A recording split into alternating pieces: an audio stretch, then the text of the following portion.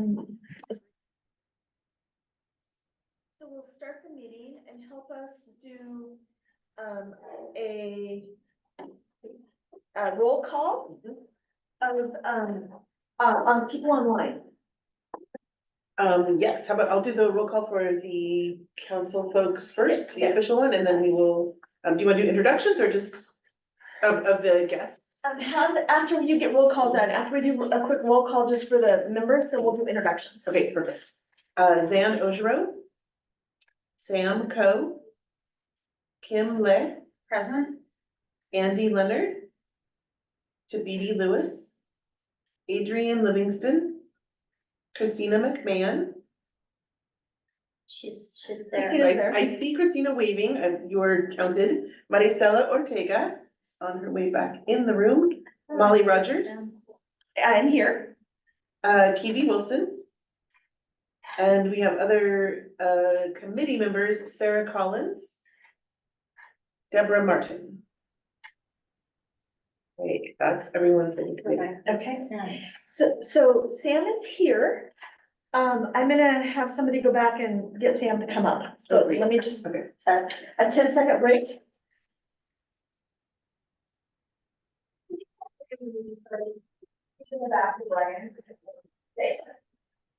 Okay, we're on a mission to get Sam. Now let's do introductions.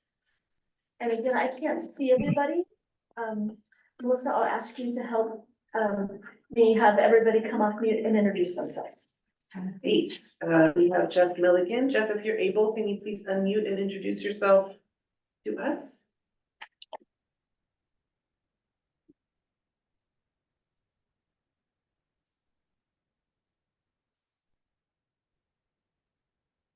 Let's see Jeff able to come off mute.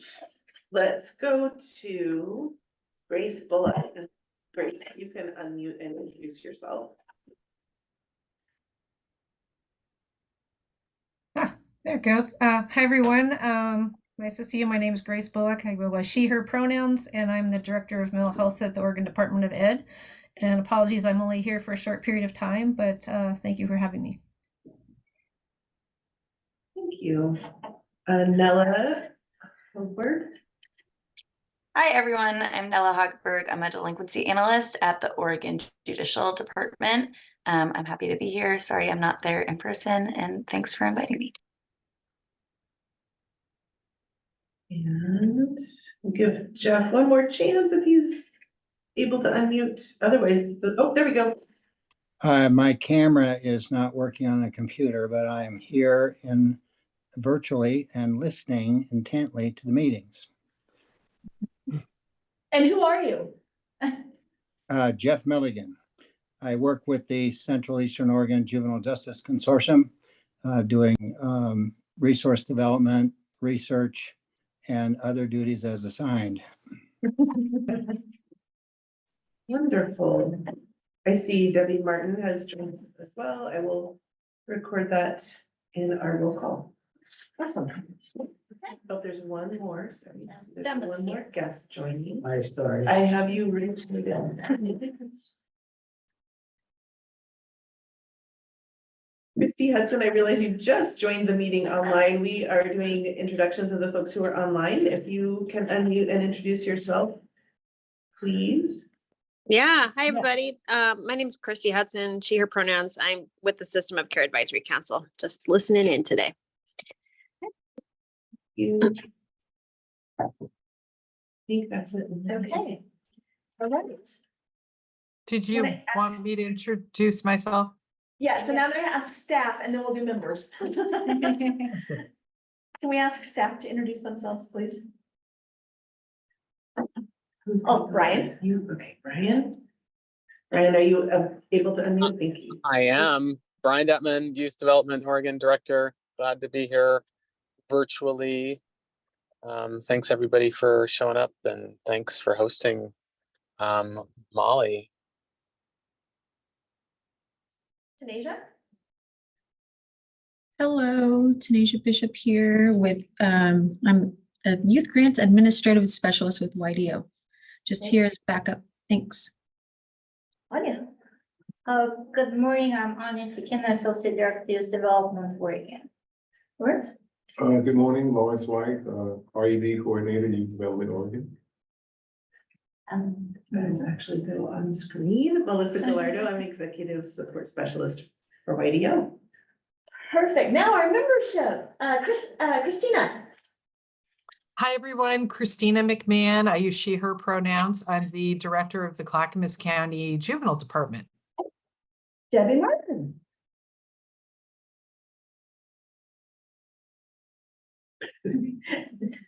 Debbie Martin, OIA.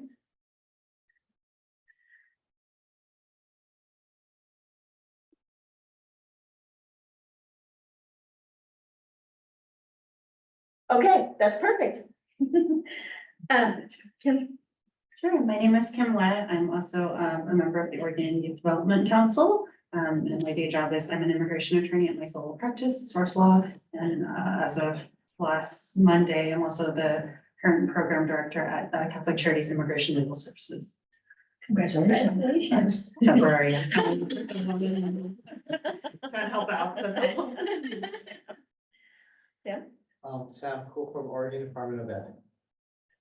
Marcel. Hello, everybody. Marisol Ortega, she, her pronouns, YDC board chair and development manager at Latino Network. Molly Rogers, Wasco County Department of Youth Services and a member of the Youth Development Council as chair of the committee today. Welcome to the Dalles. Thank you for having us. Yes, the drive was pretty, it's always beautiful to come along the gorge, even on days when it's not beautifully and sunny, it's still absolutely amazing. And so thank you for coming out. Today, we're gonna follow the agenda. If anyone else comes on, Melissa, let us know so that we can just acknowledge that we have members and partners with us today. We're gonna start with our probation reform update. And Ani, do you want to lead it off or do you want me to lead it off? I would like for you to lead it off. Okay, so probation reform has been something that we have been just starting to skirt the edges with. And Marcel, we went back June of 2023, Marcella, Debbie Martin, and myself, and Anya, and Lawrence. And we spent a full day at the Annie Casey Foundation in Baltimore. And what we really did was map out our system and just start with what probation reform is. And I'll be presenting to the judges. So Nella is leading the Juvenile Delinquency Improvement Project through the Oregon Judicial Department. And so Christina McMahon and I'll be presenting some information from what we learned back in Baltimore and what Christina has been working on locally as well to that group tomorrow. Our role as the SAG for Oregon really is to just provide some guidance on best practices to community stakeholders to guide their work for probation reform. And then as we develop our RFPs and RFAs is overlay probation reforms and the key elements of probation reforms in our funding opportunities. Am I accurate, Anya? You're absolutely accurate. And the funding opportunity is contingent on the federal funds that we will be applying for the next 3-year plan or planning cycle, with the expectation that the priority area will be around probation reform. So that's what we receive the funds from the federal government, and then the funds are allocated to local communities who are willing to participate in probation reform. Okay. So I'm gonna just go over a teeny tiny bit of the probation reform backdrop. Marcella, please weigh in, and Lawrence, please weigh in, and Debbie, if you can chat, we can read your chats because we were. Is my audio working now? Yeah, it is. Oh, yay. You know, when all else fails, log off, log in again. Because what we spent that one first day back in Baltimore was really mapping our system. Do you remember, like, and we were significantly different than the rest of the states that were there. I can't remember what all states were there. So it's important to recognize there were 5 states being represented at this day-long training back in Baltimore. I believe it was Oregon, Washington, Minnesota, Iowa, and Maine? And Maine, New Hampshire or Maine. Yeah, it was a, So it was unique to see the differences across the country and how probation is handled through their juvenile departments throughout these different states. So it really gave us a really good idea and sort of a framework on what direction we would like to go, what works for us, what may not work for us, based on our needs here in Oregon, as well as some new ideas from other states. So I think it's important to understand that we weren't alone in this. It was a collaborative efforts throughout the country concerning ideas and frameworks and what can be done better and what we could bring to their judicial departments, juvenile judicial departments as well. yeah, it was very fascinating because some were local state partnerships and some were state-driven systems. And our training was really led by youth. It was 3 primary youth with lived experience that really led and drove the discussion for the day and gave us their stories and where they could have seen the off-ramps to their story. So, yes. Zan has joined us. Welcome, Zan. Do we want to ask her to unmute Yeah, and introduce? have her- Right. yes, please. Zan, can you unmute yourself and introduce yourself to us, please? Sure. Good morning. I'm sorry I'm late. Zan Ojero, Benton County Commissioner, and member of Youth Development Council. Perfect. And so we had kind of come out of our work together with kind of 3 kind of buckets. One was alternatives to, it was access to diversion, increasing access to diversion. Still alternatives to detention or incarceration. And the third one was delinquency prevention. And those were kind of the 3 buckets that came out of the probation reform discussion that we've kind of put forward for the next current RFA, RFP. Again, am I remembering that correct? Absolutely correct. Excellent memory. I'm impressed. I took notes because that's the only way I knew how to do that. There is a handbook through the National Council of Family and Juvenile Court Judges, and it really is how to shift. And where we have looked at CJJ, when we've been at CJJ, as well as Anya and I have been in contact with our neighbors to the north. And when we were meeting with them in is Washington, really looking at their opportunity probation and moving to a more opportunity probation lens. And what that truly is less about surveillance and monitoring and more about strength-based supports and successes. And so that was one of the things that we kind of took away was really what is going on up in Washington. And they have a couple of pieces, a strong youth voice and a strong family voice, which tied in very nicely to what OJD and Nella has been working on with the Juvenile Delinquency Improvement Project, as they have been working on developing a youth advisory council for OJD. So lifting that youth voice within Oregon Judicial Department. Nella, do you want to mention anything about that? Sure. Yeah, that group has been meeting. I believe they've met 2 times. There are at least 6 active youth on that group, and Caroline Meyer, another analyst at OJD, is heading that up with technical assistance from Kara Walsh. from Just Outcomes, and also technical assistance from the folks at CJJR at Georgetown.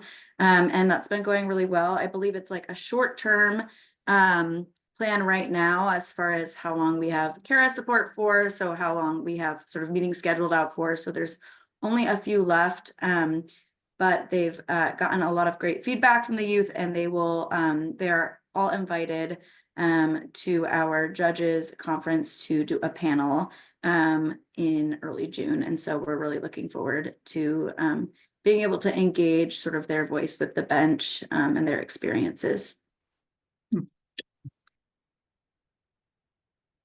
Okay, so that's really where we're at with probation reform. So I want to make sure I open it up now for anybody to ask questions or kind of weigh in or thoughts about the probation reform work. Debbie, you joined with us in Baltimore, so any thoughts you might have had, or anybody? The only thing that was coming to mind, Molly, that not so much from there, but you've as you identified, one of the things was access to diversion or more options for diversion within the system. And as a part of the JCP basic and diversion planning, so not the prevention dollars, but the other dollars, we did something new this year that we haven't done before at OYA, who is the agency that does the pass through to the counties for those funds. Is they all had to submit written plans to say how they're using those funds and kind of why, and some other detailed system gaps, things that are working well, etc. And so we just finished up a summary of kind of what we learned from those, kind of high level, some themes that we saw from that. And I actually think there's some information that's interesting out of that that could help shape some of those diversion conversations, just because it was a good place to see all the different ways that folks are trying to engage on a diversion level. So it might be interesting just to kind of pull some of that out into that conversation. I think it would be very fascinating to see that. And if we can share the summary with our juvenile justice subcommittee, I think that would be amazing. I do want to clarify some terms though.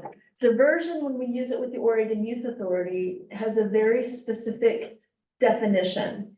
And diversion with the Oregon Youth Authority is diversion from for youth who are at imminent risk to placement in out of home or closed custody placement. And when we were talking at diversion in Baltimore, it was way upstream. Yeah, no, and I absolutely agree. That's a good distinction for those dollars, because when it's JCP diversion dollars, it is diversion from OYA. The basic dollars are a little bit more broad in how counties can use those. And so I think that some of the funding comes out of those basic dollars that I was thinking of for some of their diversion, kind of truer diversion, so to speak, type activities. Perfect. Yeah. And if I may add to that, in essence, JCP prevention dollars, that's a broader definition of diversion. That is, the idea is to divert kids from getting into juvenile justice system. There are multiple services that's funded, and we'll get that report for this community review at the next meeting. At the next meeting, yeah. So so that's where the data starts to drive us, so. Christina, anything I'm missing? No, I think you did a great job of summarizing that, Molly. So, Okay. yeah, I don't have anything else to add. Okay. Can I add something quickly? Just from the judicial department perspective, our judges have a forms group, and they've been it's a sort of newer group where they're looking at the statewide forms. And I've mentioned this to some folks on this call, but those again are sort of example forms that courts can decide whether they use or they don't use, but this judges group of juvenile judges creates them and edits them and keeps them up. And so one of the things that they have been talking about really wanting to hone in on is conditions of probation. And so that is definitely a slice of this bigger pie of probation reform. And I just want to mention that that's like very much on their radar, but we realize that's a much larger project, right? Than maybe something that just they can tackle in their little forms group, that there are a lot of other players involved.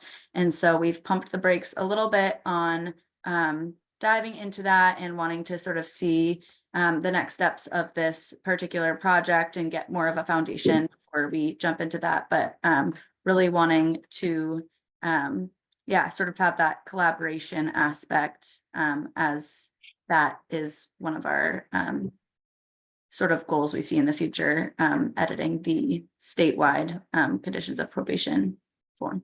Yeah. So Nella really gets to the crux of what some of the probation reform is. And so we're at the policy level with our state advisory, but she's spot on with what the Pierce County, Washington, which is when we were looking at to our neighbors to the north, is that they took a hard look at their probation conditions and moved them from surveillance-based and emphasizing compliance. And they moved them to action-based with strengths and outcomes. And so that's a very significant shift in how you review or you view an order of probation. So Wasco County is like many other counties. The very first thing on a probation order is one of two. Well, we have obey all laws, and we think that we reformed probation because we don't say, don't break the law. And so we shifted it from don't to obey. And we thought somehow that was better. It's not, just to let you know. So it really is, that's not measurable. It's not, I mean, it's measurable, but it's not, there's no action steps to assist a young person in understanding that. And so it really is taking a look at the conditions of probation and making them action oriented. So, for example, it would be more around engaging with your juvenile court counselor to complete your goals and objectives of your case plan, right? So it's more action-based rather than don't. Because what we do know in the adolescent brain is, especially leaving a courtroom, youth will remember maybe one or two things out of that court hearing because there's stress attached to that court hearing. And so creating opportunities for ongoing dialogue is much more, has much more efficacy in developing rapport with the youth. So we're looking at, again, Pierce County using the opportunity and the family-based probation. So in Pierce County, every family that goes to court gets a family peer coach that meets with the family before they go to court and after they leave the courtroom to just explain to them what happened, to just be that voice. So that's a Pierce County model. It's not something that, it's just one step or it's one example of what probation reform could look like. And again, our funds can help support counties that are interested in potentially doing something like that. In Somali, like, Yeah. is there latitude in existing statutes for these reforms, or do the statutes have to be revised? So the statutes do not need to be revised. It really is around, this is where the Nella's group and the Forms group is really around judicial kind of buy-in and judicial collaboration with us to make sure that we both are getting our needs met from the judicial side as well as the probation side. We had one county that went to just case plans for probation orders, and there's no way to enter that into, back then, it was OJJDP. It's now OECI. So we have to think thoughtfully about how we can keep data as well, so that we meet OJD's needs as well as our needs. So it's this really cool partnership with OJD now. So great question, Sam. Okay. Any other questions on that? All righty, so more to come. We'll keep it as an agenda item just to keep everybody updated, but it won't be the first, and we don't have any actions until we get the RFPs ready to roll. Is that correct, Anya? Yes. Okay. Yeah.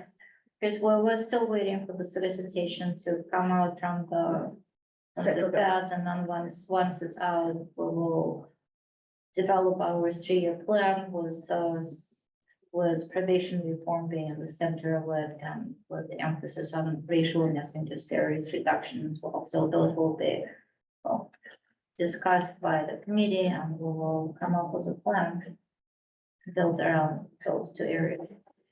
Yes, and we do know, continuing to look at the data, as we get farther in decision points in the juvenile justice system, the disparities become larger. For youth of color, for girls, and for youth who identify as LGBTQ+. Those discrepancies get larger as we go along. And so if we can make the change at diversion and probation, we make the biggest bang for our initiatives. That's where the magic happens, is not getting kids into the system to begin with. Judicial training update.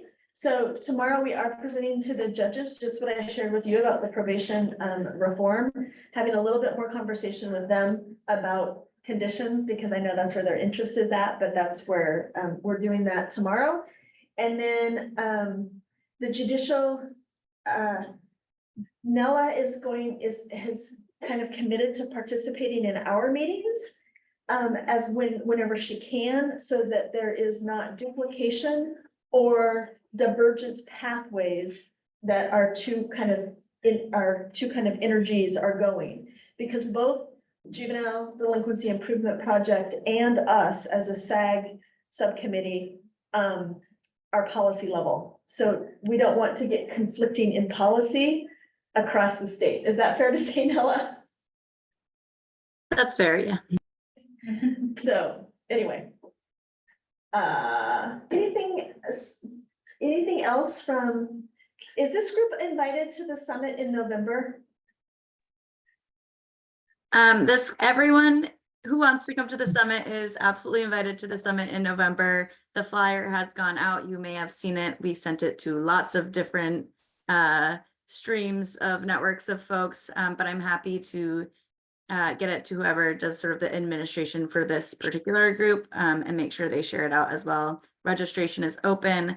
The last I checked, we had just opened it on Thursday. We have over 100 people registered for that summit. It's a multi-system partner virtual summit, November 15th. I should have started with that information.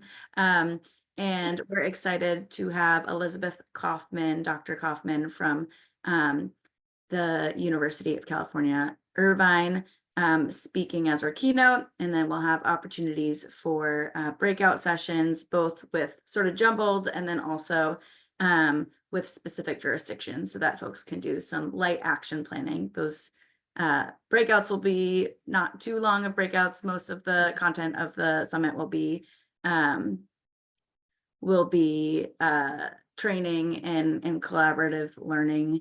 And we'll also have a presentation from OYA to hear about some of their programs and things. So we're really excited about it. Christina is on our planning committee for that summit, and yeah, that is open to all folks. Yeah, I hope that was helpful. Christina, and I'm going to ask you to talk about OJDDA too. Well, I just wanted to dovetail on a little bit of what Nella said. I can't encourage people enough to go and participate in the summit. The keynote speaker, whatever you're calling, Dr. Kaufman, Elizabeth Kaufman, she's incredible. I think that I've heard her speak a couple of times and really felt like I learned a lot from her. So very excited that Nella and the folks on the planning group have been able to get her as a keynote. I think it's when you gave the overview that I came in on the tail end of the other day, Nella, at our meeting, it's just, you're really packing in some valuable learning and opportunities to engage with other people who are working for the betterment of our young people and families around the state. So kudos to all the work that's gone into it. I'm really excited about it. And it's on a Friday, which is normally our day off in Clackamas County, but I'm going to allow people, if they want to work and I have to pay them overtime, to go to that thing. I'm so excited about it. I'll do whatever I can to get as many people there from my own department. So really putting in a plug. I'll keep doing this as we get closer, Nella. Reinforcement. Thank you. I appreciate it. I just dropped the flyer into the Zoom chat. I realize the folks that are in person might not have access to that link right now, but if that could get circulated to this group, that would be wonderful. Thank you. So now, just a quick practical question. Is there a cap on how many people will be able to participate online? There is not a cap. I can imagine if we get a really large amount of registrants, that might impact how we want to go about the breakout sessions and things, but I think we've got it handled. On the child welfare side of things, we've been holding a model court summit, which is sort of the equivalent, though a little bit different. That used to be in person. It moved to virtual in the last couple of years, and they get between 400 and 500 attendees at that summit, and they're able to manage that. And so it would be amazing if we got 400 or 500 juvenile justice folks at this summit, and we're prepared to do that if that's what the numbers look like. Yeah. Awesome. So the reason I asked, should we encourage people to register as soon as possible while where there's still an opportunity? They can register the day of if they want to. This is the sort of thing where if folks realize that they have a light day and want to pop on and do some learning, we will welcome them. But it is exciting to have a good amount of registrants. I registered months in advance. so Great job. Yeah, no, I did too. And I think similar to the model court day, I think we're gonna have a team together watching it in Wasco County as a team, as our JDIP team. So. That's amazing. A little watch party. We love that. That's great. You know, that's what we're gonna do, and I'll provide chocolate. So, and I'll do it. Molly, excuse me, Tabidi has joined if you want to. Yes. Tabidi, would you like to take a moment and just introduce yourself?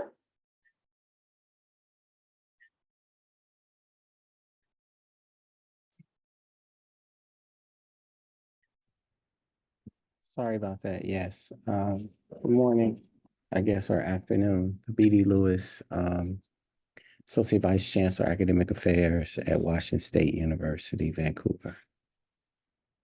Thank you to Tabidi for joining us today. I know you balance a bunch of meetings, and I'm really just appreciative that you're able to join us. So the next piece, Christina, I'm going to ask you to do, I'm going to deviate just a tiny bit from the agenda and talk about our OJDDA conference. Oh, okay.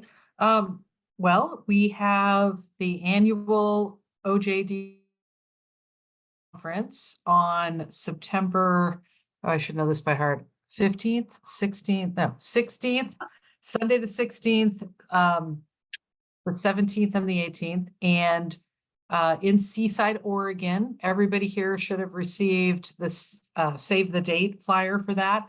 Our theme is honoring equity, honoring our communities, equity in action. And I'm just really excited about the lineup that we have in place we've just finalized our slate of presenters. I think I've shared before, maybe not, that we have 2 keynote speakers lined up. It's on the save the date flyer. Dr. Christian Bijou from Center for Juvenile Justice Reform at Georgetown, and Dr. Monique Kamalo, who are both talking, he's focusing on our history that has impacted racial justice in Oregon and moving forward from that. And Dr. Kamalo is really focused on racialized trauma and developing trauma responsive environments in juvenile justice. So they're going to be amazing keynotes. I've had the privilege of hearing both of them many times. But the slate of presenters, our goal was to have a very diverse lineup of presenters, and we had a 3.5-hour work session on April Fool's Day. I'm not joking. I hosted it in person in Clackamas County. I bought everybody lunch. The key to success is getting people food that they like. So we got together, we all, looked at all of the proposals. We did some pre-work. We each came up with our list of absolutely have to have these presentations. And then we compared notes of our list by each county. And I'm really pleased to say we had more proposals submitted than we had space for. We actually had to reject a few, but we were able to have really thoughtful conversations about the presentations and making sure that we had something for everybody, because we know at this conference, we're really trying to reach out, and the primary group is always the Juvenile Justice Department, Juvenile Justice Agency, like OYA folks, personnel, but we really want to make this more of a multidisciplinary, all hands on deck, folks who are involved in some way intersecting with serving and helping young people and their families in Oregon. So we were really thoughtful about, we don't want this to just be specific to, oh, I'm a juvenile probation officer and this is really applicable only to me. So we got around the table, talked about that, looked at the different categories of topics, and doing things like making sure that if somebody was interested in things related to victims, we didn't schedule over all the victim, like put them in the same time slot so that the people who want to go to things really pertaining to victims have tough choices to make. So really happy we came to consensus. We didn't have, at the end of the day, there wasn't any bloodshed. There was no arm wrestling matches. We really were very thoughtful and collaborative. So the program agenda, the conference program, basically, we are hoping to have that up on the website. We're working really hard towards this, middle of May. Registration to be opened, the bios, the conference, the presentation descriptions, all that stuff up on the website, the OJDDA website around the middle of May. I think we're going to be able to make it. Vicki Johnson is our management support person, and she said this is the earliest we have ever had the slate of presentations figured out and solidified. So now we enter into agreements with all the presenters. So we're going back and forth with our presenters to make sure that they're still available. Nothing's come up that has changed their mind about presenting. And I'm happy to say that every single one of them has confirmed, yes, we're still available and we want to do this. So pretty exciting. To Beatty, I know you went to Seaside 2 years ago. It was so great because I get to finally meet you in person at that meeting, at that conference. So the event is at Seaside again. So it was in 2022, it was there, and now we'll be there again in September. We've done a great job of lining up room blocks of hotels. And if you go to the OJDDA website, to the conference link, you will see the list of all the different hotels that are holding rooms under the OJDDA room block.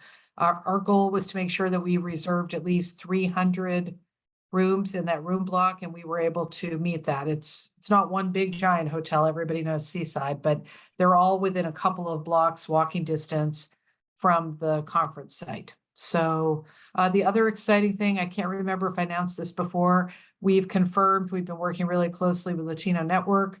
They are going to bring over their young people, the kids who participate in their ballet folklorico.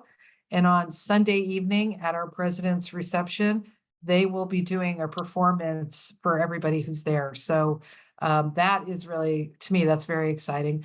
Another exciting element is we have a presenter who is from an organization called the Ant Farm, a nonprofit in East Multnomah / Clackamas County. They're in Sandy, but they do a lot of work in East Multnomah and East Clackamas. And they have many different programs, a lot of workforce development programs. They're going to be doing a couple of presentations. The one I wanted to mention specifically, they're both going to be great, but they are going to be doing a presentation on the Chemawa peer court that is operated through the Chemawa school here in Kaiser. the executive director of Ant Farm is an Indigenous person, and he oversees the coordinates that court, and he's bringing 2 to 4 of the students at the school who are actively involved in the court, and they're going to be doing a panel presentation about that. So very excited about that. And then we have some other things. We have people with lived experience, peer mentoring. There's so many things I can't even do it justice. So stay tuned. Like I said, middle of May, we're hoping we'll have the whole program out there. So Molly, that was dangerous. I could talk about this. I feel like I'm living and breathing it. I've been working on this around the clock. It's my weekend hobby now. So really encourage everybody. I know YDC has often offered to send members to this. If people want to put it on their calendars, we hope we can get as many YDC folks there as possible. Right. A couple of things. So Melissa, since you're here, and I don't know if you're ready to answer the questions, what would be the procedure protocol for state advisory group members, which is YDC members, if they want to attend the conference? Do they connect with you and you do the registration, or do they do it on their own? We do the registration, so you can email me and Brian, always include Brian on that as well. And then you'll be in charge of your travel, but we can do the registration. And then we can also let you know what the limits of reimbursement are for travel and lodging. So they would make their own lodging? They make their own arrangements, yep. Just registration, and then you'll get reimbursed. I expect it to avoid confusion. Yeah. But I don't know if you were not encouraged by Christina's advertisement talent. I think it's gonna be an awesome conference. I do too. I really think it's gonna be exciting, and it's really the first year that we are really partnering with our judicial department. Yes. And that's really exciting to do as well. So I have traveled with Melissa, so let me just, it's super easy. Just give her and Brian an email and heads up that you want to participate, and then she will send back an email with all of your directions that you need to do. Is that fair to say? And if it, and it's in state, so it's much easier. Much easier to go. But please, please take advantage of that opportunity. So, all right. Oh, Molly, I want to make sure I mention this because Kim's here. We are partnering with JDIP and Nella's folks at the Judicial Department to make sure that attorneys can receive continuing legal education credits for participating in the conference. So that's another selling point. So just wanted to make sure that you were aware of that, Kim. You guys already sold me. I already. Okay. Just a little icing on the cake. That is awesome. Okay, yes, now we are headed to the most exciting part of this committee. The juvenile detention guidelines. So, a little tiny bit of background, and Anya is gonna jump in, and Christina gets to jump in on this as well, because she was a partner in the rewrite of these. Sam was a partner in the rewrite, but let's, juvenile detention guidelines. So in the state of Oregon, juvenile detention facilities are operated and owned by local county governments. What we found when we were back in Baltimore is that's not true across the United States. There are places where the states run detention, but in the state of Oregon, detention is a local responsibility. And in that, so there's not a lot of state statutes that guide or direct Oregon juvenile detention. What the statute does is give the responsibility of that to Youth Development Oregon, and historically, before Youth Development Oregon, before JCPAC, back when it was JJAC, it's always been the responsibility of the state advisory group to do the detention guidelines. And so the detention guidelines are our responsibility to craft. And then, of course, the true SAG, the Youth Development Council, is the one that then approves those for the state of Oregon. We spent in prior to 2020, so 2018 and 2019, Anya brought together a group of about 25 to 30 people.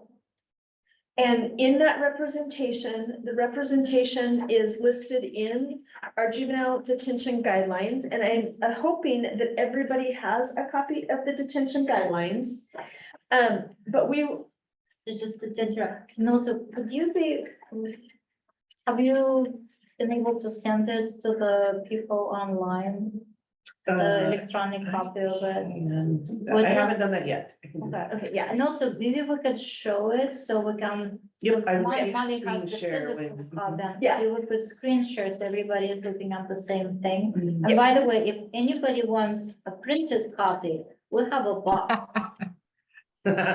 So next time when you're Salem, in Salem and now building, and if you want your own personal printed copy, we'll be delighted to offer it to you. perfect, yes. So lots of people participated, and I'll have you bring the screenshot up in just a second. Because really what I want to screenshot is the table of contents, because we'll get to that piece. But there was everyone from Department of Corrections, Disability Rights of Oregon, juvenile directors, YDC members, Judicial Department, Oregon Youth Authority, Native American Advisory Committee was an active participant with us. Basic Rights of Oregon participated. We had legislative participation, and Constantine from the governor's office participated with us. So it was a relatively robust group. Then we did our first site assessment. And so the intention behind the guidelines really was twofold. One is the guidelines, and then the second was helping detention facilities know where they were at in compliance with the guidelines. Because again, the guidelines are OARs, they are not statutorial. So, and we did our very first walkthrough on January 31st of 2020 at Lynn County. And we all know what happened 3 weeks later. Everything shut down. And that's the last we have touched or delved into Oregon detention guidelines. And we need to pick that back up for two reasons. One is because the detention managers and the counties with detention facilities are asking us to do this because they want to know where they are at in best practices and statutory kind of, they want to know where the guidance is. And the second is we made that commitment that we would do this. And maybe not everybody knows, but this kind of got driven by a situation here at NORCOR where we had a group come in and then write a very, very difficult review of our facility. And so the question came up at the legislature, who is paying attention to juvenile detention? And so there was some energy and some emergent need to have some oversight in a partnership collaborative way. So now if we can pull up, so that's what we're asking this group to take a look at. What we're not asking to do is rewrite the guidelines. 4 years ago is not that long ago. We do have some legal updates that need to occur. And between Anya, myself, Christina and Lawrence and Lindsay, we will make sure that we get the legal updates in, and Sam was education. Yep, so we have some education updates for it. We'll get the legal updates prepared for the detention guidelines, but we do need to affirm and give opportunity to look at the detention guidelines through a fresh view of lens, just to kind of refresh it and make sure that since COVID-19, we've learned some things and what do we need to potentially take into consideration. So if we can pull up the screen share the table of contents, you will see that it's 101 pages, right? 101? 102 pages. And I would like to hear ideas on how to break this up and how to move through it. I think we can take the next 6 months to do that. I don't think there's an energy to have it done next month. But I want us to keep moving forward in a relatively quick path methodology. So I'm really open to knowing from the committee if we want to break it up into smaller groups and have volunteers, groups of 3 take on a section, or do we all want to review a section and then bring it back at our next meeting? How do you think this might work? I'm open to, as a committee, I don't want to by any means say how we need to do it, but I just want to give a space of what that might look like. You guys are very busy. You guys have full-time jobs, and I want to really honor that and meet the need for this. So I'm open to thoughts.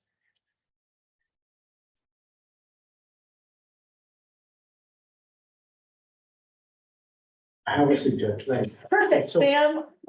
Can we, instead of like sections 1 through 3 or 4, 5, 6, can we volunteer? Because like, for instance, like, I have no expertise in confinement. Like, there's, I'm gonna keep my mouth shut, if I, seriously, so like, but the areas for, K-12 education, Yeah. and the reentry transition, that, and then, and then like, and then on it, you have like the Word document, right? Like, Yeah, like- of course I do, yeah. Yeah, but Yeah. like track changes, Right. Yes. yeah, that kind of stuff. Yeah, I think perhaps that might be, like, because all of us have different expertise, like we look at the areas where we could contribute. Appreciate it. So would it be something, since we're just beginning this conversation, we sent out the guidelines to the committee members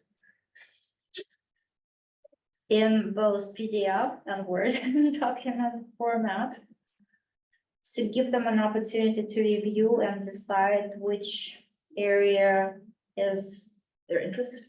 interest and also aligned with their expertise. Absolutely. And then by the next meeting, it's kind of like homework. By the time we meet again in May, just either volunteer or just decide that it's too much. I mean, whatever your feelings are about the level of participation. But I think, do you want to just show this thing for now, just to let people see what?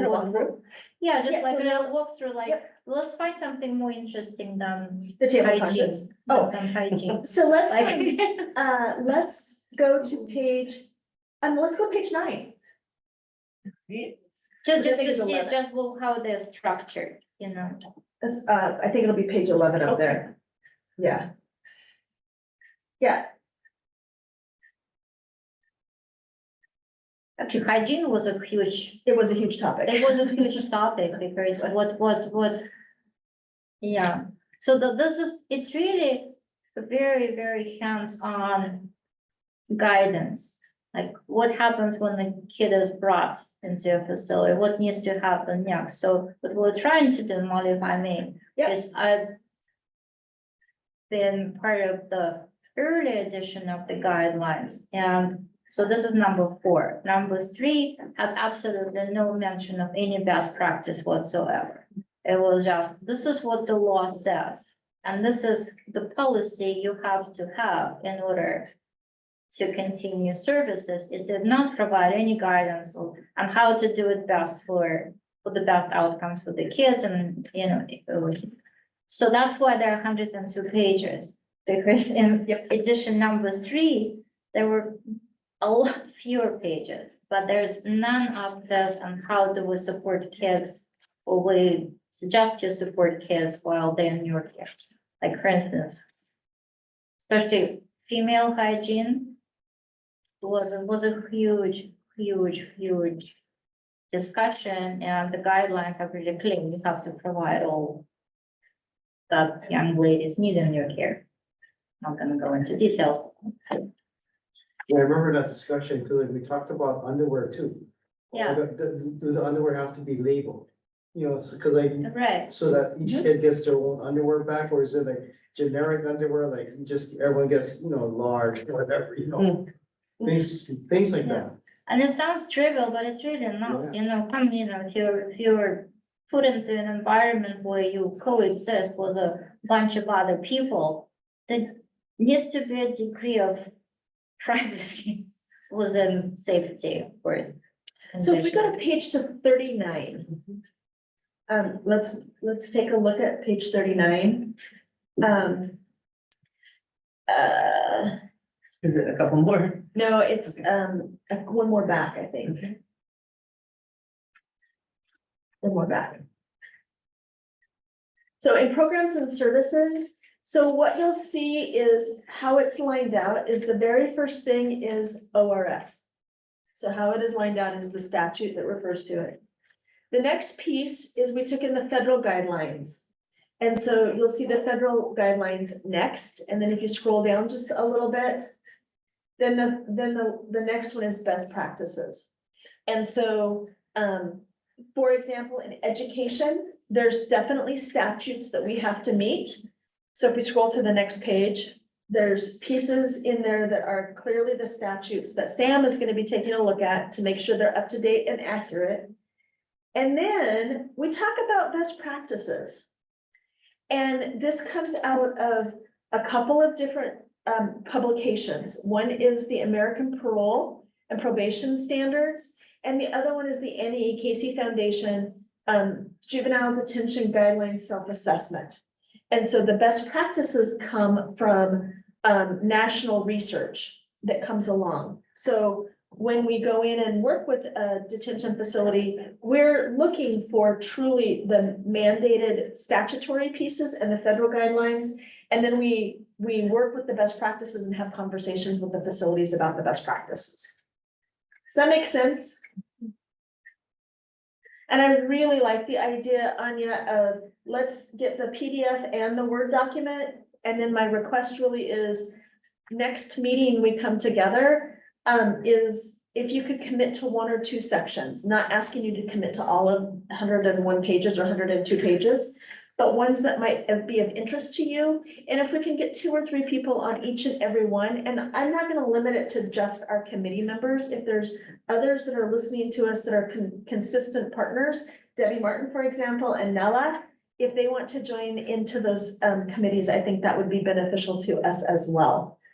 Does that seem reasonable? Sure, and we will also probably ask detention facility managers and juvenile department directors. Yes. Take a look. So it's really a collective thing, and Nella, especially, I hope you will be able to join as well, so we have a judicial perspective on things. So similar to our extended detention, we did a really good process of taking that to the detention managers, and they got to weigh in and provide feedback. And I think this is the same way, is that we get to reach out to them and they provide us feedback. Again, COVID-19 created some changes in best practices. So allowing them to tell us what they learned, I think is really important. Does that seem like a good process to everybody? Yeah. Somebody, Judge Collins just joined us. Hey, Molly. Yes. I was listening when Sam talked about feeling like he didn't have expertise in certain areas. Obviously, education, he does a lot of expertise. But I would encourage folks not to feel like you can't volunteer unless you feel like you're an expert in a particular area. I think there is incredible value in getting that fresh set of eyes, even if you come from a different discipline, and the diversity of thought that can be brought to the table to help inform this. So I really don't want, I just want to encourage people, even if you don't feel like you know much about detention. So therefore, I don't want anyone to think, therefore, you don't have something to contribute. In my experience, sometimes the best contributions come from the people who don't live in this forest. So anyway, I just wanted to share that thought. No, I really appreciate it. Sometimes the questions that are asked lend us into a totally different direction. And so the questions sometimes are the most important part of the process. So I appreciate that.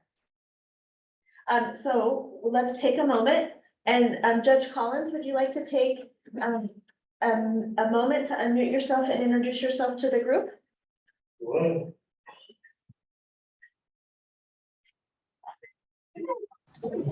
Hi, sorry, I had the technical difficulty. I'm Judge Collins. I'm down in Jackson County, and I've been a judge since July of 2023, so fairly new to the bench. Prior to that, I was doing primarily juvenile law, so juvenile dependency and juvenile delinquency cases. I was part of the consortium down here, and I love juvenile law. And I was also doing family law as well. So thanks. So Judge, we are just going over the detention guidelines and that we updated that we're in the process of just doing a light update. So we're not rewriting them by any means, but we definitely have some law changes since 2020 and some just light touch updates. And so have you received a copy of the detention guidelines?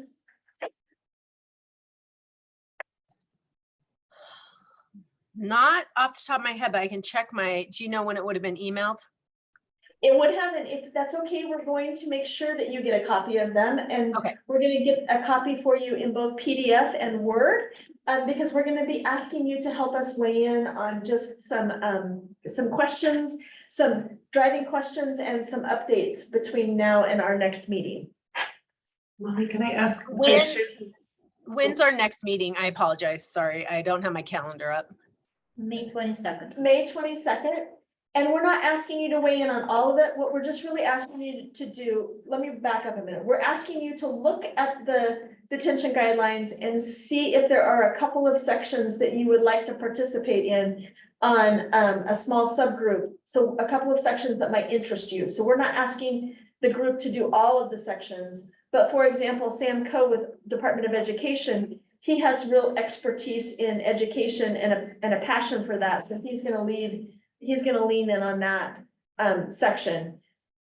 So anyway, just if there's a couple sections that you feel like you are either really interested in or are like, these make me want to ask more, or that you feel like you have separate kind of subject matter expertise in. So.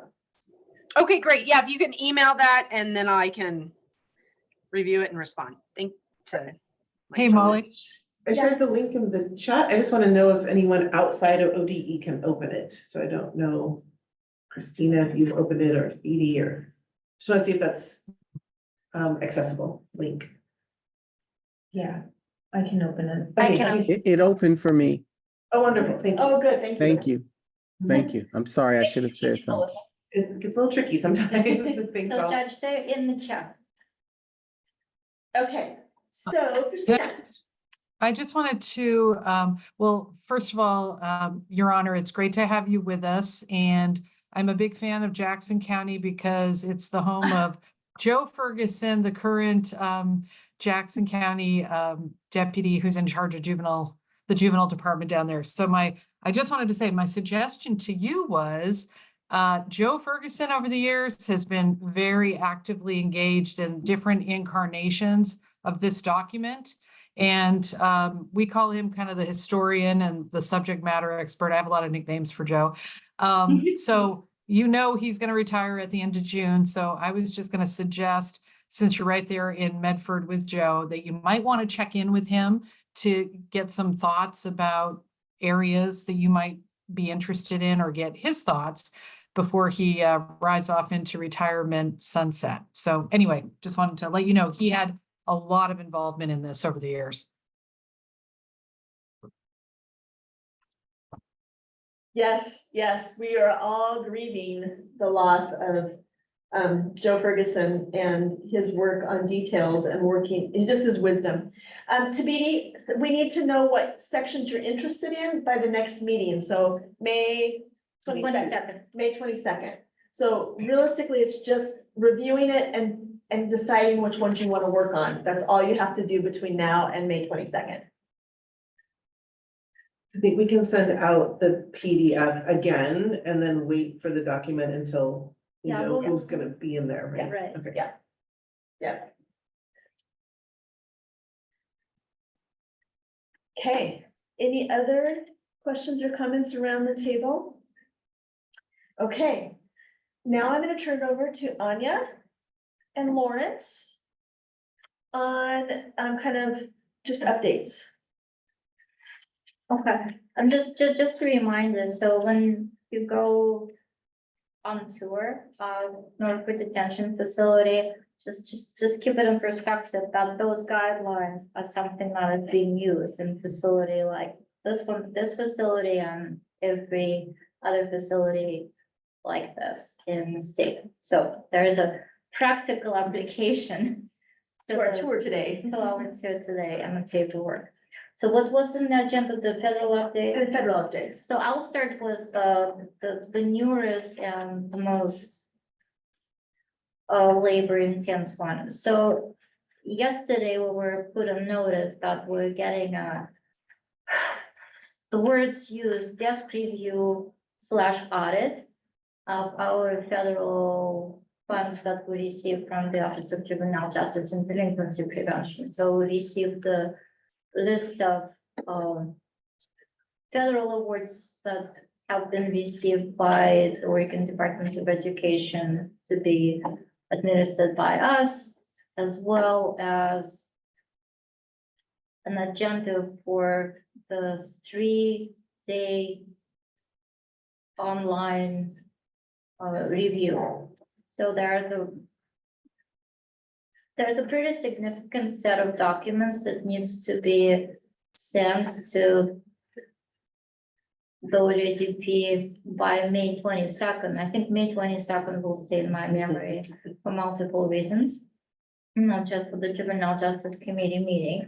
But so there's a lot of looking for paperwork, and the type of documents that they're interested in will vary from payroll to documentation that goes into reimbursements for each of the grantees, for each of the quarter thing. So there's multiple, and seriously, it's a 3-page list.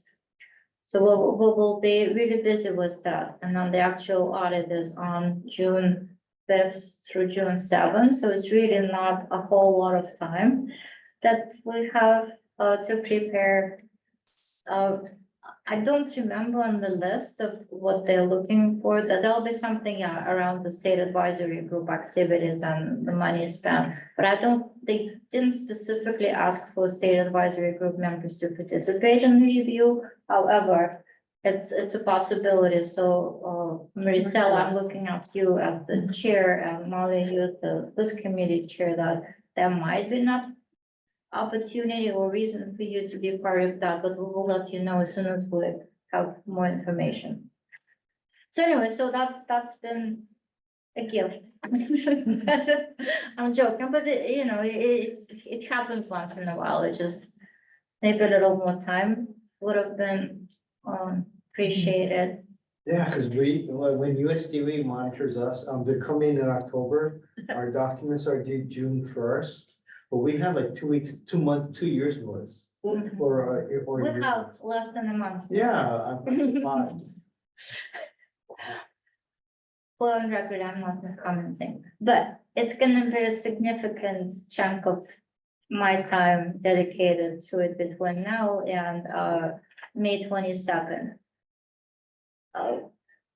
And since I still have the floor, and I'll ask Lawrence to continue after that, so part of that, what they will be asking to look at, what they've asked to look at is our fiscal year 21 and 22 awards that we received from the Fed. We have not been able to issue an RFA for those awards, in part due to the excruciatingly slow process that Oregon Department of Education procurement has in place, and I understand that they're busy, understand all kinds of things, but the audit is coming now, so it would be absolutely essential for us to at least have this RFA completed before May 22nd. So we can show due diligence and progress. So with that, I will ask Lawrence to talk about the state of RFA right now and again, what we're looking for. And at the same time, it's again, going back to fiscal year 23, we have the award, we have not gotten full approval of the budget. But the way, or hopefully at least somewhere we'll get lucky. So by the time the RFA is ready to be released, we could add the 23 funds to the same pot. Do you want to talk about the RFA? Yeah, so, Lawrence White, just to add to, what Anya was speaking on, the RFA, the process is ongoing. We have made, substantial strides in reaching, a better place of almost completion. So I really believe that we can have this RFA, out before the, audit actually, occurs. I'm hopeful with that. I'm extremely hopeful with that because of the progress that we have made. Again, we're still in that process of having that completed. To that end, we do have an idea of how we want to solicit these funds, FY 21 and 22. And those are the 3 program areas that will include community-based programs and services, alternatives to detention, as well as delinquency prevention. With that, we're looking at providing $150,000 to community-based programs and services, $150,000 to alternatives to detention, and $100,000 to delinquency prevention. So is it like 150 per, or is it like 25 to one grantee, 25 to, or like? 150 per, 150 per, 100 per. Now, with these 2 fiscal years, those 3 programs will be in each fiscal year. So each program will get that 150, 150, 100. So there's 6 grants total in those 2 funding years, each grant. And then the reason why I ask is that, the threshold, like, you know, if it's below, like, if it's like 95,000, then DOJ doesn't have to review. It's now under 250.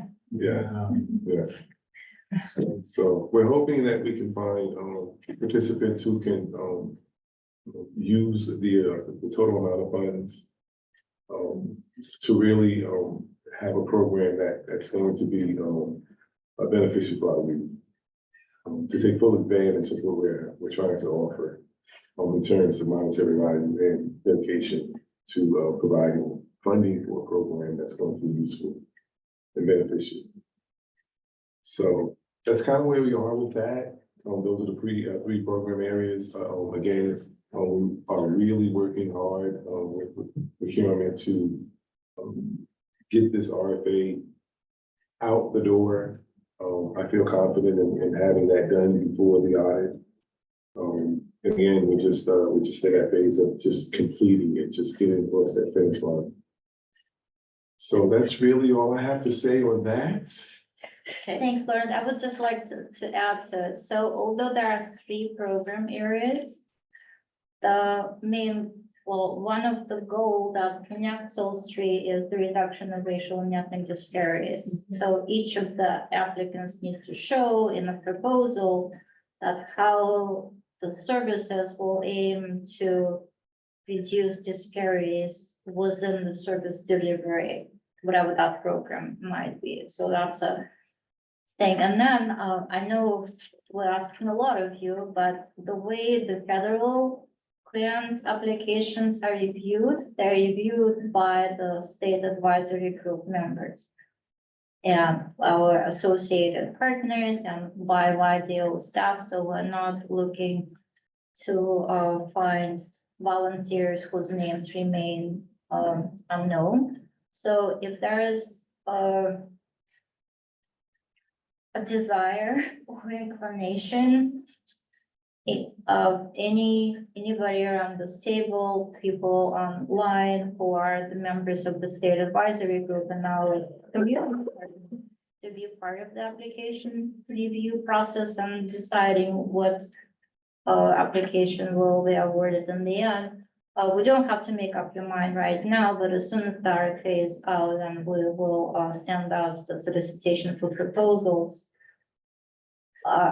At the time when the applications come in, we will need to rely on your assistance to make decisions like which programs will be awarded. And I'm confident I can say there will not be 400. No. So I like the previous solicitation for Youth Development Council. That was amazing outreach and a lot to review. But also, yeah, and thank you, Molly, for saying that, because these are very specific. Very targeted. They're very targeted, so it has a logic model that has to be filled out, so it has to clearly show how your goal is already established by the program area. How you're gonna connect your program delivery to the goal that's put in front of you, how you will incorporate reduction of disparities within that thing, how you're gonna tie it to the outputs and outcomes that are also federally mandated. So it has to have, well, pun intended, logic within the logic. So, well, I'm not trying to discourage people from apply. I'm just saying that those are very specific. It's hard to find just an existing program in the area like, oh, I think we can do it. So it's great if you have an existing program, but how you can enhance it, add on to it to meet the goals under that RFA. So, but yeah, but we do, and remember, it's juvenile justice and delinquency prevention, so there has to be a connection to it. Beautiful. Any updates from Lindsay, who I know wasn't able to make it here? Did she share anything that we need to know? Not at this point. Lindsay is dealing with some personal, family things, but she is on track to collect, well, she received huge data set. So what happens, Lawrence will be working on is collecting RAD information from JHS through our partners there for review and the report that we have to submit to the feds. It's part of the same solicitation that we will be doing for probation reform. So Lindsay has to submit the report on our compliance status. So she's been collecting information from all law enforcement facilities, OYA facilities, all detention facilities, jails. I think with prisons, which I'll get a report from DOC and just use whatever information they have. We do not inspect prisons, but get the inspection information from Department of Corrections. So all of it will be submitted to the OJJDP at the time when the report is due. And she was saying now she's now going through the data sets she received from OYA on juvenile detention. Because it seems easy, but it's really not that easy set of information that she goes through. It's basically what she needs to make sure, she needs to see if the kids were under age 18 or over. So she's looking for the age, looking at the length of stay, how long kids are being either held in secure law enforcement facilities. They cannot be there longer than 6 hours from federal standards, but for 5 by Oregon. So anyway, so it's a lot of things to kind of look through in the data set until, because the final report is just like 1 page, seriously. But the amount of information that goes into it is a lot. And she was proud to, so we have to collect information from at least 85% of our law enforcement facilities. I think she reached the number of 85 or 95 by last week. And when we get information, well, Lindsay gets information from law enforcement facilities. It's literally handwritten log. the name of the kid, the age, and the date and time when admitted, released, and so forth. And sometimes kids, silly kids, they lie, they say that they're older. No, kids don't lie. Oh, no, they didn't get to age when you kind of lie in the other direction. Yeah. But that one, and it happens more often. Yeah, than yeah. not, and then, you know, but then it becomes a violation. And we have to explain like why it occurred, and make sure that law enforcement got a judgment, not believing a 15-year-old that they're 23 when they tell them so. Well, anyway. Yeah. So, but that's what Lindsay is at, and she's on track to get the reports ready for submission. And last time we had no violations. No, we did got not have. full funding. Yeah, Because what happens if we have violations, then we get reduced funding. And we have to write a plan. But last year with Lindsay's, in the state of Oregon, we did not have any violations. So is there 6 sight and sound separation, deinstitutional status offenders, jail removal. jail removal, and then, Reduction, racial ethics. and reduction in racial and ethnic disparities and, That's it. I think that's it. But the one that's a bit tricky is the sight and sound, because that's where police departments come into play. And it's not as easy, and from a detention facility, it feels really easy to answer those questions, right? But it's not, so I appreciate that. But we, and tons of work with the Oregon Youth Authority, because we hold kids over the age of 18 in our facilities. And we were able to, with lots of negotiations with OJDP, those violations no longer count. I think it'd be good, like, to explain the sight and sound, like how juveniles can't be in the vicinity of adults that they can't hear them or see them. Correct, and So so, some of us may not know what sight and sound. yeah, so we're a co-located facility here at NORCOR. Before you get to the juvenile detention side, you pass the adult jail. And we have to maintain sight and sound separation for our youth to never have contact or sight or sound from the adult side.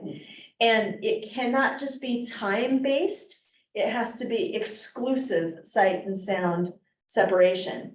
And that also comes to jail removal. So kids, youth under the age of 18 cannot be held in adult correctional facilities or in local county jails. So those are some of the deinstitutionalization of status offenders is youth who are only in the jurisdiction of the juvenile court based on age. So things like minor in possession of alcohol, the big one is runaways. We cannot house youth for those offenses in a juvenile detention facility with one exception, and that's out-of-state runaways, which is federally mandated that we hold them in our detention facilities versus, and so it's complex. It's really complex when we're talking about, and then racial and ethnic disparities, we have to collect the data to show and then articulate what we're doing. And speaking of the data that Lindsay collected, so we got a report from NINA at OYA, the interstate compound, we had 0 violations. Yes. Last year for runaway youth. So if you hear that we put kids in detention for running away in the state of Oregon, it is inaccurate. And Lindsay can prove it for us. Absolutely. And again, going back to the origin of the act, the purpose of the act is to protect children. So that's what it's all about. It's to ensure that kids are treated fairly and are not in danger once they're put in through the system. Yeah. So it's all for the children. It is all for the children. Okay, any other questions, comments from anybody? That is the end of our agenda for today. And I want to just do a quick roundtable since people took their time to be here to just reflect on anything that we need to bring up maybe next time, or you're more interested in learning more about for the Juvenile Justice Subcommittee, or if there's any announcements or anything you would like to share with this Juvenile Justice Subcommittee. Can I make an announcement? You can. So the announcement is about the next meeting on May 22nd, and it's not related to the federal review. It is related to our state review, so you may recall that you all participated in the review of the juvenile crime prevention plans a year ago. So now, like a year after the end of the previous biennium, MPC Research have completed the evaluation of the JCP programs for the previous biennium, and they will be presenting their findings to you on May 22nd. And I don't know, maybe, I don't know it yet, we may have to do this meeting online just to make Okay. sure that everybody Can see, can see and participate, because that will be a large part of the meeting. we can absolutely do a virtual meeting so that, because we're getting lots of information and lots of slides. Right. So, yeah. I'm really excited about the JCP data from NPC. Awesome. Questions, comments, good of the order, things that we need to know. I'm gonna be out of state on the 22nd, sorry. You know what? I'm out of state now on May 22nd. You can video in, I'm joking. All right, okay, it is 1:00. So I am going to adjourn our meeting today, and then we'll move to our tour. So thank you, everyone. Thank you. Thanks, everybody. Everybody. Thank you. Take care.